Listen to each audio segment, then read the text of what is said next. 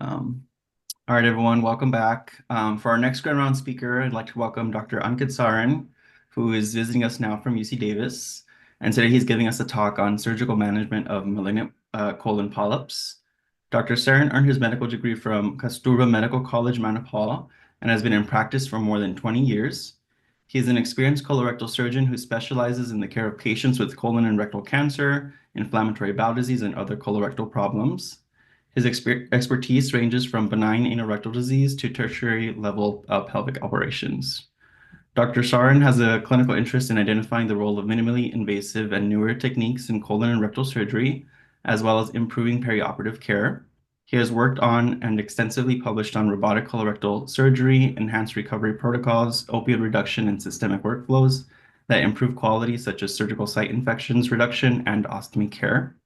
Dr. Sarin is Vice Chair of Robotics and New Technologies of the Department of Surgery, Division Chief of Colorectal Surgery, and Associate Professor of the Department of Surgery at UC Davis Medical Center.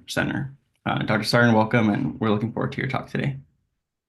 Thank you so much, Edgar. It's a pleasure to talk to you guys. I'm an explant from UCSF, where I was for 10 years, and I miss everyone there. So it's a bittersweet to be talking to you all. I'm going to be talking on malignant colon polyps today, and it's a topic that you guys are all very familiar with for the most part. And so if I'm saying stuff that is, very well known, please bear with me as a surgeon. I'm not that intellectually stimulating. I'm much better at stimulating you if you were in the operating room. So bear with me. But I'll get started. So that's my introduction already done. I have no disclosures related to this talk, although I am a consultant for some newer robotic companies, and I have proctored to train surgeons in robotics for Intuitive.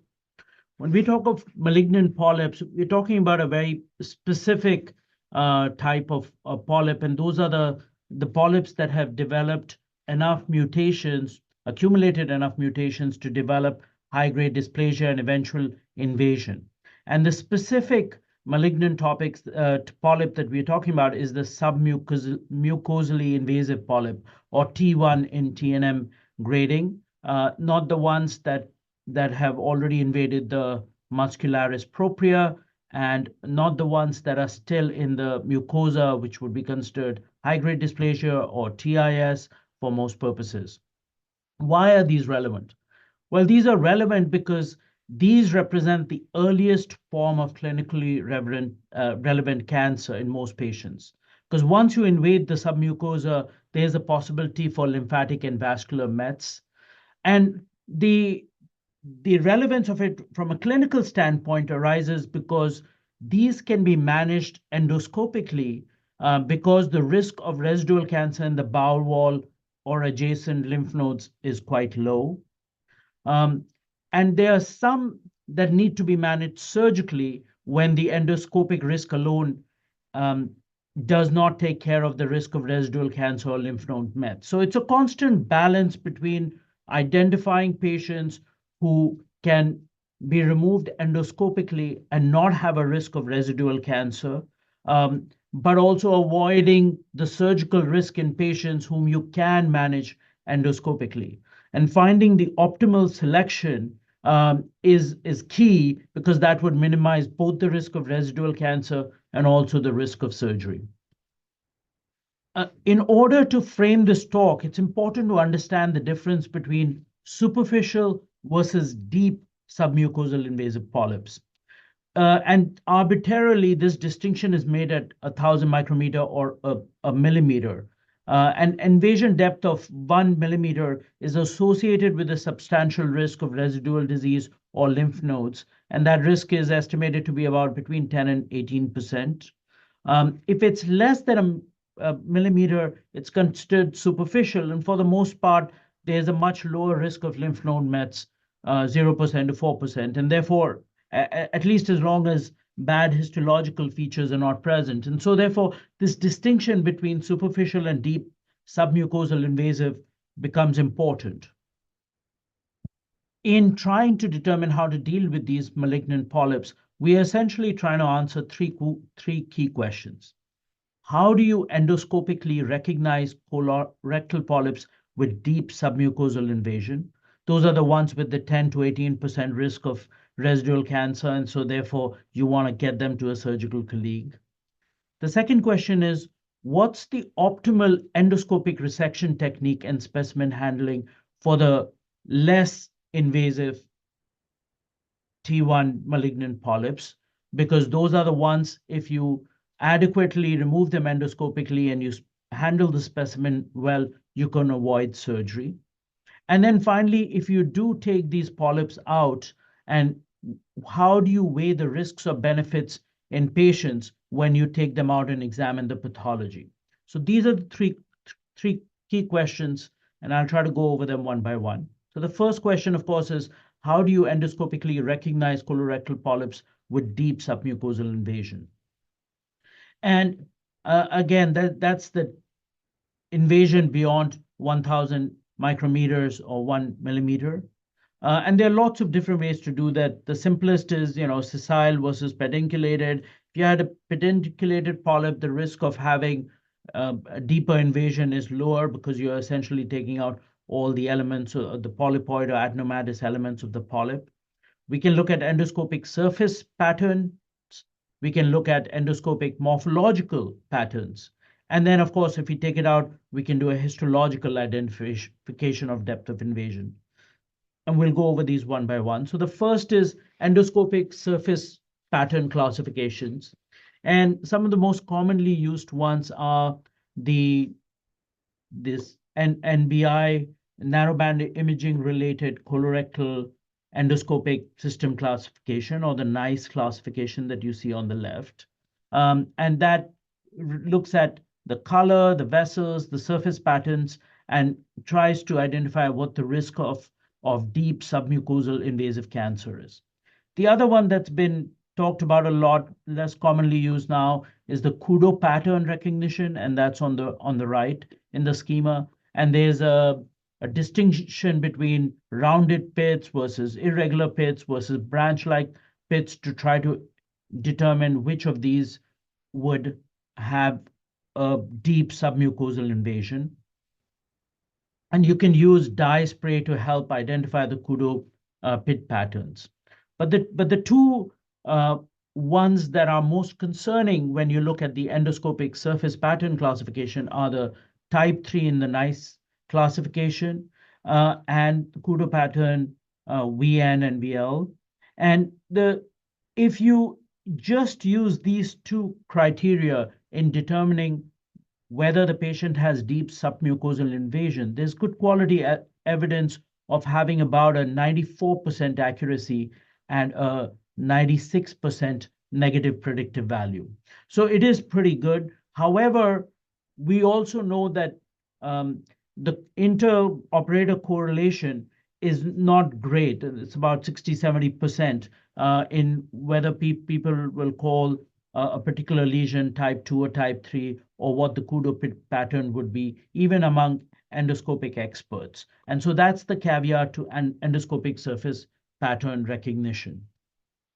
We can look at endoscopic morphological classification. And for polyps in the colon, the most common or classical one is the Paris classification, where we look at polypoid versus non-polypoid versus excavated lesions, and then try to classify them based on certain criteria. One of the things that people often do is the non-lifting sign for sessile polyps, where fluid is injected under the polyp, and if it fails to lift, then the concern is that there is invasion into the submucosal tissue, and this is what it looks like. However, you have to use certain judgment with it, because non-lifting can also be a sign of fibrosis from prior biopsy or tattoo, and so therefore, especially for recurrent endoscopic interventions, it's not quite as reliable. Within these Paris classification, you can get even more granular classification, especially in the type 2A, which is the minimally invasive laterally spreading tumors. You can get laterally spreading tumors that are granular and that can spread quite a bit, but like this one here, but are known to have a low risk of invasion. Or you can have ones which tend to have a smoother surface, but unfortunately have a much higher risk of submucosal invasion. And these endoscopic morphological classification systems are commonly used to determine what the risk of deep submucosal invasion is, to determine what the next steps should be. Um, if you do get the polyp out, you can, of course, have it examined pathologically. And the Kikuchi's or SM classification is a way to basically take the submucosal area and divide it into 3 levels of thickness up to the muscularis propria, 1/3, 2/3, and 3/3, and then determine how deep the invasion has gone. As you can imagine, this requires a very well structured resection specimen that has been removed and pinned, and a very dedicated pathologist to determine exactly what the SM level is. You can also use the Haggett's classification. All polypoid ones tend to be in 1, 2, or 3, but all sessile ones are essentially level 4. And because the endoscopists transect pedunculated polyps through the stalks, it really limits the clinical relevance of Haggett's classification. And then finally, you can actually have the pathologist take the depth of submucosal invasion directly with an optical micrometer, and that will determine whether it's less than 1,000 micrometers or more than 1,000, and give you a direct correlation between superficial or deep submucosal invasion. All of these, of course, are dependent on tissue handling and appropriate pathological classification, which becomes challenging.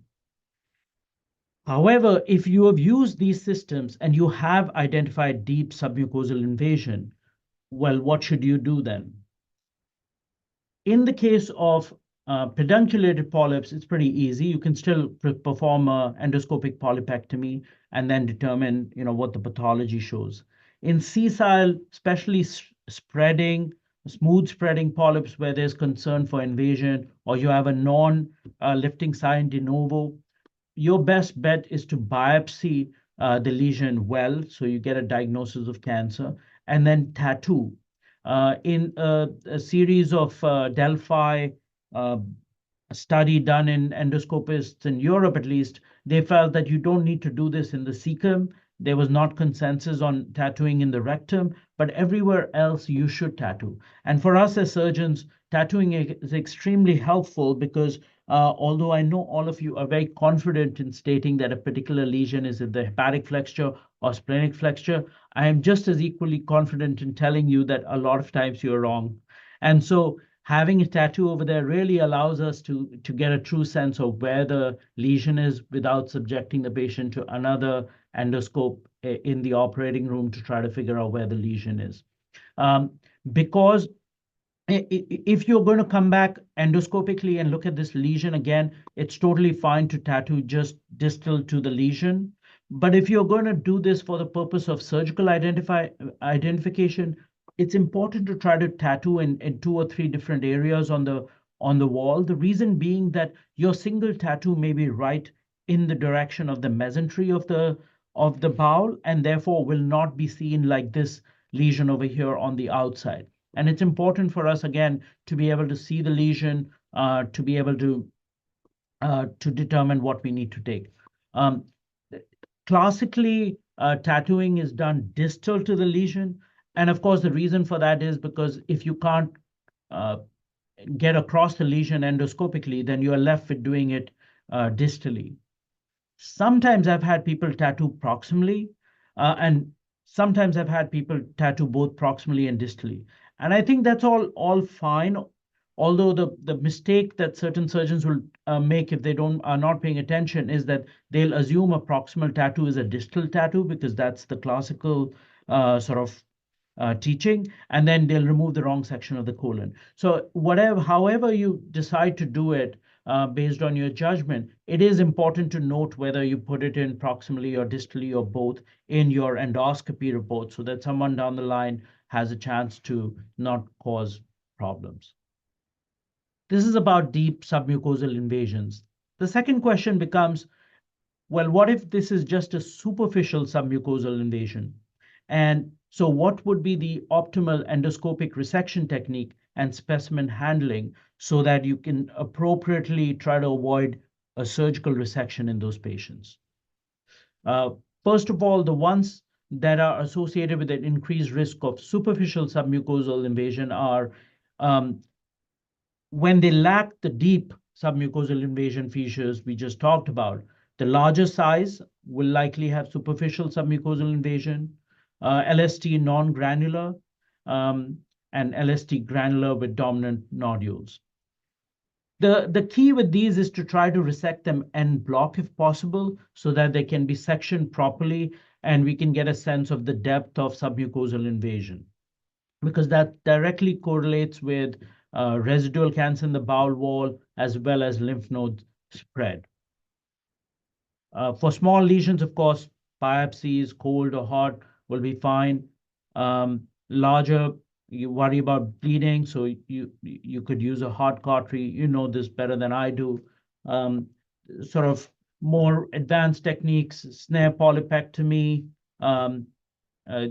again, you guys know this better than I do, so I'm not going to go into it. But endomucosal endoscopic mucosal resection is a commonly used advanced endoscopic technique where you essentially use a combination of saline lift technique and piecemeal specimen shaving. You have to be fairly confident that this is not a cancer if you're going to use an EMR technique, because the problem is that you're removing the specimen piecemeal, and of course, that means that if there's any adenocarcinoma in the specimen, it's not going to know, the pathologists are not going to know what the depth of invasion was. They often won't even be able to tell the relationship with the deeper structures, etc. And the lymphovascular invasion, etc., will be based totally on staining.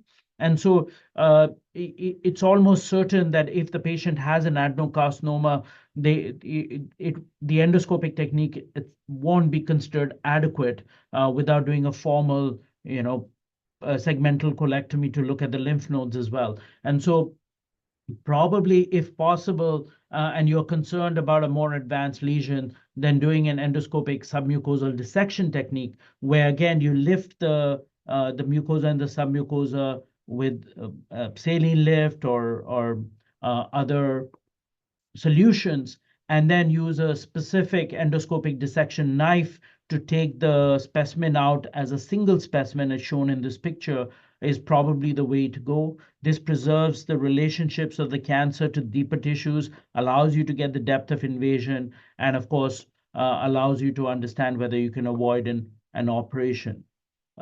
These are typically done by advanced endoscopists at specialist centers, and there is some concern for immediate or delayed perforations. Finally, we are moving towards an era where you could potentially see some places where full thickness resection could be done, where you take the entire colon wall. These are still, I would say, sort of in development and haven't made it to the main stage yet. This, for example, is one system, the FTRD system, placed over the colonoscope, where you can essentially get the entire lesion as shown and approximate the bowel wall. It's not quite as elegant as being able to do it with sutures or with staples, but it certainly allows for a full thickness resection and is it probably appropriate from polyps that won't lift at all, and you still want to do a full thickness resection.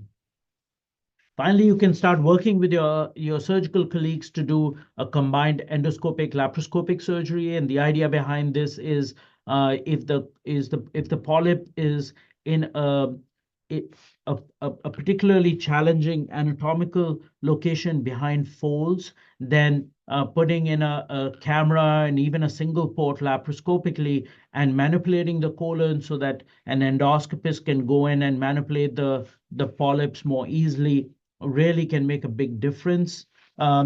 If, of course, the polyp cannot be removed endoscopically, especially around the appendiceal opening or in the cecum or something, it's just as easy at that time to then convert and put in a stapler and divide that part of the colon. And so you get the sort of benefits of both surgery and endoscopy in the same operation. So it requires you working closely with your surgical colleagues and endoscopy colleagues, but is a pretty well established technique at this point.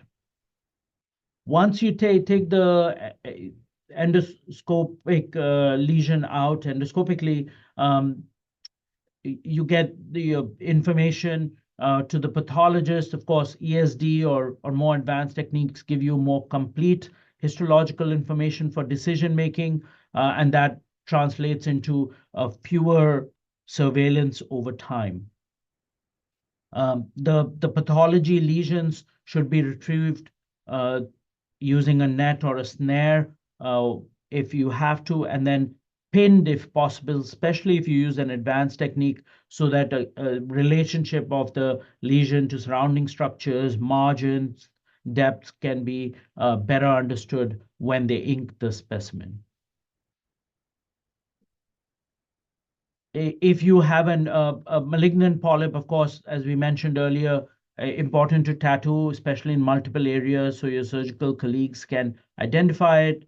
And then the appropriate thing, apart from surgical consultation, is to get a staging workup started on this patient because they'll have a relationship with you. So getting a CT, chest, abdomen, and pelvis, not specifically a PET scan. CT is a better study. CEA level. And then, of course, if this is in the rectum, local staging with the rectal protocol MRI is preferred. A lot of people like to do endorectal ultrasounds because you guys are very familiar with them, but it's the wrong thing to do in the current era for rectal cancer. And the reason for that is that the management of rectal cancer is changing extremely rapidly. We have gone from, classical radiation and surgery, then chemotherapy, now to TNT. We are moving towards avoiding surgery altogether with watch and wait, avoiding radiation in certain circumstances based on the Prospect trial. There are lots of changes happening in this era, and the key to all of them is everyone, including the radiation oncologists, the medical oncologists, the surgeons, being on the same page. That's only possible when we can review MRI images pre and post using the same protocols and understand that the lesion's completely gone away, how much is reduced, whether the lymph nodes have gone away. That's just not possible with the user variability with endorectal ultrasound. So in this day and age, an endorectal ultrasound for rectal cancer should only be done if an MRI is not possible because a patient has a pacemaker. Otherwise, for local staging, we should be doing just MRIs. Moving on to stuff that is probably a little less familiar to you guys. Currently, we really only have the rectum where we can get better margins than you can get endoscopically. But within the rectum, at least, we can get full thickness rectal wall consistently. And this, of course, permits removal of tumor as well as the adjoining rectal tissue in one specimen. There's no tumor fragmentation. It allows examination of margins, and it looks not just at the submucosal depth of invasion, but even if the lesion's gone into the muscularis and you misread it, because you're taking full thickness rectal wall, you'll be able to identify that very easily. Of course, it doesn't address mesorectal lymph nodes, but as far as the lumen is concerned, it's the best we have. Unfortunately, right now, we only have the ability to do this in the rectum. And the way we can do it in the rectum is we can do it with an open transanal excision. That's when the lesion's very close to the anus. We can just do an exam under anesthesia, typically an outpatient procedure. We identify the lesion, make a cut around it circumferentially, take a full thickness resection of the lesion with the rectal wall, and then suture it back up. If the lesion is higher up, we can use more complicated equipment. This is a transanal endoscopic microsurgery equipment that's available at UCSF, and Dr. Chern and I have both used it. It was developed by Carl Storrs in the 1960s. It's extremely annoying to use, but you can use it and remove full thickness rectal wall going up all the way to about 12, 13 centimeters. You can do it more simply now just using laparoscopic instruments through the anus. And again, both the TEM and the TAMIS, as the laparoscopic transanal minimally invasive surgery is called, were both developed to get lesions that were out of reach from an open transanal approach. And these are sort of the differences between the two. But as you can see, you can take full thickness rectal wall all the way till about 15 centimeters. We do try to bowel prep these patients. You can do it in most positions, generally done under general anesthesia, and you get pretty good degrees of view. When I was at UCSF, we did do a lot of robotic transanal resections, and this was a paper we wrote up comparing the different types of rectal resections and showcasing our technique. But this is essentially using 3 robotic ports. You may be familiar with different robotic platforms, but this is the Intuitive Da Vinci multi-port platform, and it has 4 arms. You can't fit all 4 in the anus, and so we tend to use 3, 1 for the camera and 1 for each arm. And what you can do is basically do the same thing you can do open or with laparoscopic techniques, which is create a margin around the specimen and then cut it out full thickness rectal wall and suture it closed with the robot. Beyond this, we actually got our hands on the next generation of the Intuitive Da Vinci, which looks like this, which is actually just a single port. It's called the Da Vinci single port, but within that port, it has 4 arms that come out kind of flexible like snakes. One of them is a flexi tip scope, and then 3 arms over here. And we used this particular robotic robot to do transanal procedures. We actually had to get IDA approval to do it, but I can show parts of the video. I don't want to go through the whole thing, but I'll show one simple one over here. This is so this is how we set it up, and then you can see it in real life there. This is the single port of the robot that goes in transanally. And then this is the robot that attaches in from the back. And this is what the setup of the different instruments looks like on the inside. And then I apologize for this too, but you can see the clip of where this lesion was. If I recall, there was an underlying carcinoid below that. And so we're marking out circumferentially the lesion and then taking a full thickness resection of the lesion. This, of course, was a very straightforward, simple, very small lesion. We put the lesion to the line. But the good thing with these robotic techniques, both with the multi-port and the single port, is that this is such a nice, elegant way to close the rectum. I wish we had the ability to do this higher in the colon, but currently we only can go to about 15 centimeters with these techniques. But you can see it's a complete closure of the mucosa, which will heal such that you won't be able to tell that this has been done. And then another one we did was we did it in lithotomy, same robot transanal single port. And the lesion was much more complex. You can see it was actually on the anterior wall. And so we rotated the camera 180 degrees. And you can see this lesion was very much more involved than the other lesion. But again, doing this endoscopically would be extremely challenging. You can see how depressed and ulcerated it is, but we were able to go around with good margins and then take full thickness removal of the entire lesion. And I'll keep showing it. And then the lesion comes out, it's put to the side, and then we can repair the rectal wall completely. And then yeah. So these are some of the newer sort of techniques using robotics that can be used for removal of lesions, at least in the rectum. Now, when you do remove these lesions, either endoscopically or with more advanced techniques, from ESD to TAMIS to robotic TAMIS, you have to weigh whether the patient still needs a surgical resection. And that's, of course, going to be based on what the likelihood is that the lymph nodes are involved. Fortunately, the College of American Pathologists has a structured templates for examining polyps, and so therefore we are able to get the histological grade, um, the tumor extension, stalk, margin status, lymphovascular stage, and all of these have an influence on lymph node involvement. Um, for example, for sessile polyps, poor differentiation, lymphovascular invasion, and a higher submucosal depth are all involved with a likelihood of having lymph node involvement.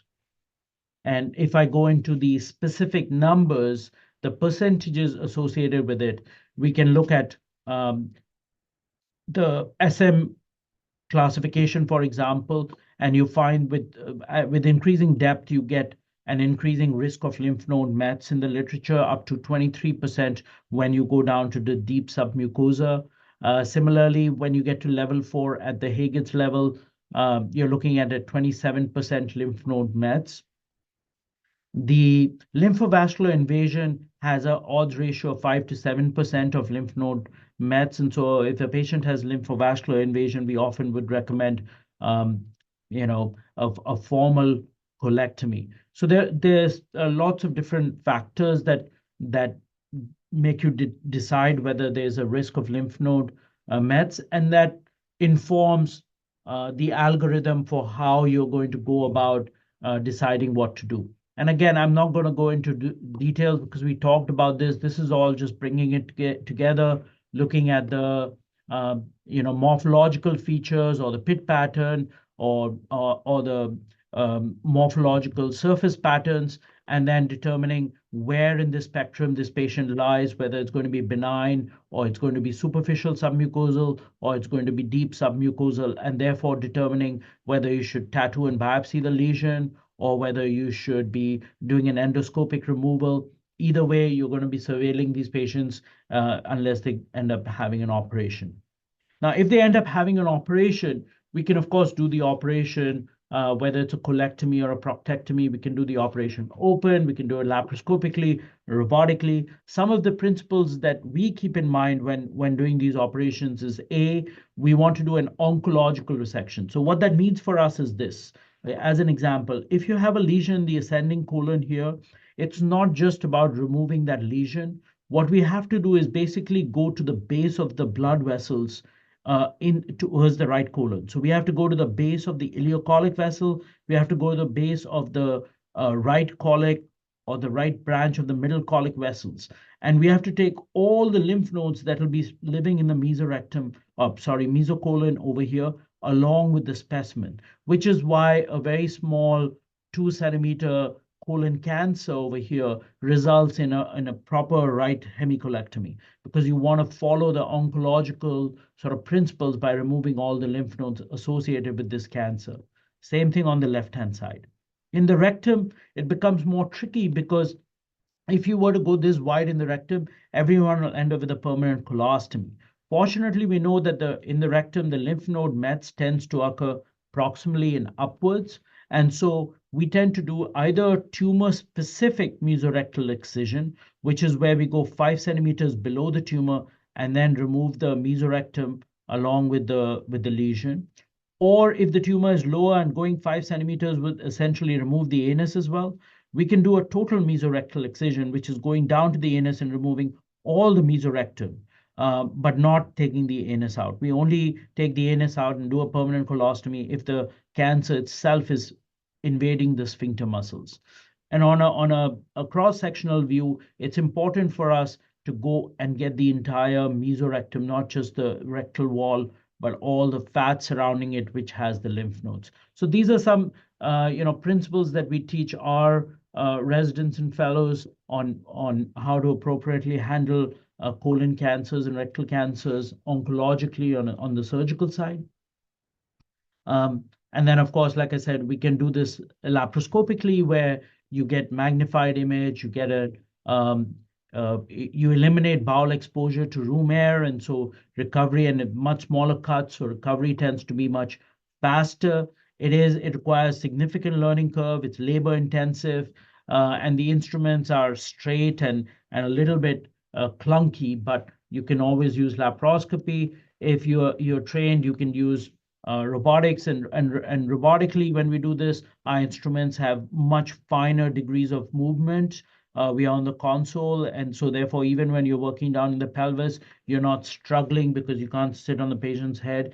You're ergonomically much better designed for the surgeon. You get high degrees of freedom, better stable 3D vision, and better instrument motion and maneuverability when you do it robotically. And so we have more in my practice, and certainly at UC Davis, because all of my partners are very young here, we're basically doing 90 something percent of our procedures robotically with only laparoscopy when we think we'll have to convert to open. And open when it's basically redo kind of a procedure. What's coming down the line? As I mentioned, we currently are able to do full thickness resections or anything beyond endoscopy only in the rectum, and that's using robotic, laparoscopic, or TEM techniques. However, I do think that robots are advancing, and we are going to be able to see a point where we will be able to get higher and higher and do full thickness resections much higher up. I'm working with a company that's at least going to be able to do it till the transverse colon. And so I think that's coming, if it's not already here. And then the other thing that's happening that you guys are very aware of, things like GI Genius, etc. Artificial intelligence is not only going to help identify polyps, but will probably help at all of the things we've talked about today as far as morphological and surface markings are concerned. And so predicting deep and superficial SMI, as well as probably in real time what the risk of lymph node involvement is going to happen within the next 2 to 3, 4 years. And I think that'll give you much better guidance on what to do with individual lesions in terms of whether they should just be biopsied or whether they should be removed completely, depending on what the concern is for lymph node involvement, etc. So key takeaways, the malignant polyps or the T1 colon cancers are the earliest form of clinically relevant colorectal cancer. Optimal selection involves finding a balance between those who are appropriate for endoscopic removal and surveillance and surgical treatment. Deep submucosal invasion is associated with higher lymph node mets, 18% at least, and NICE classification 3 or Kudo classification type 5 are associated with it. Superficial submucosal invasion, you can avoid a surgery, but that requires thoughtful removal of the polyp using advanced techniques and appropriate handling of the pathological specimen so we understand the true depth of invasion and have a better sense of lymph node involvement. Surgical excision is best if there's concern for lymph node involvement because no matter what, these are early colon and rectal cancers, and they have an excellent prognosis with or without surgery. And so you want to make sure that you don't convert this into widely metastatic disease that is not curable. And so if the patient needs a surgical resection, send them to a good surgical team to decrease the surgical risk. That's all I have for you guys. Thank you.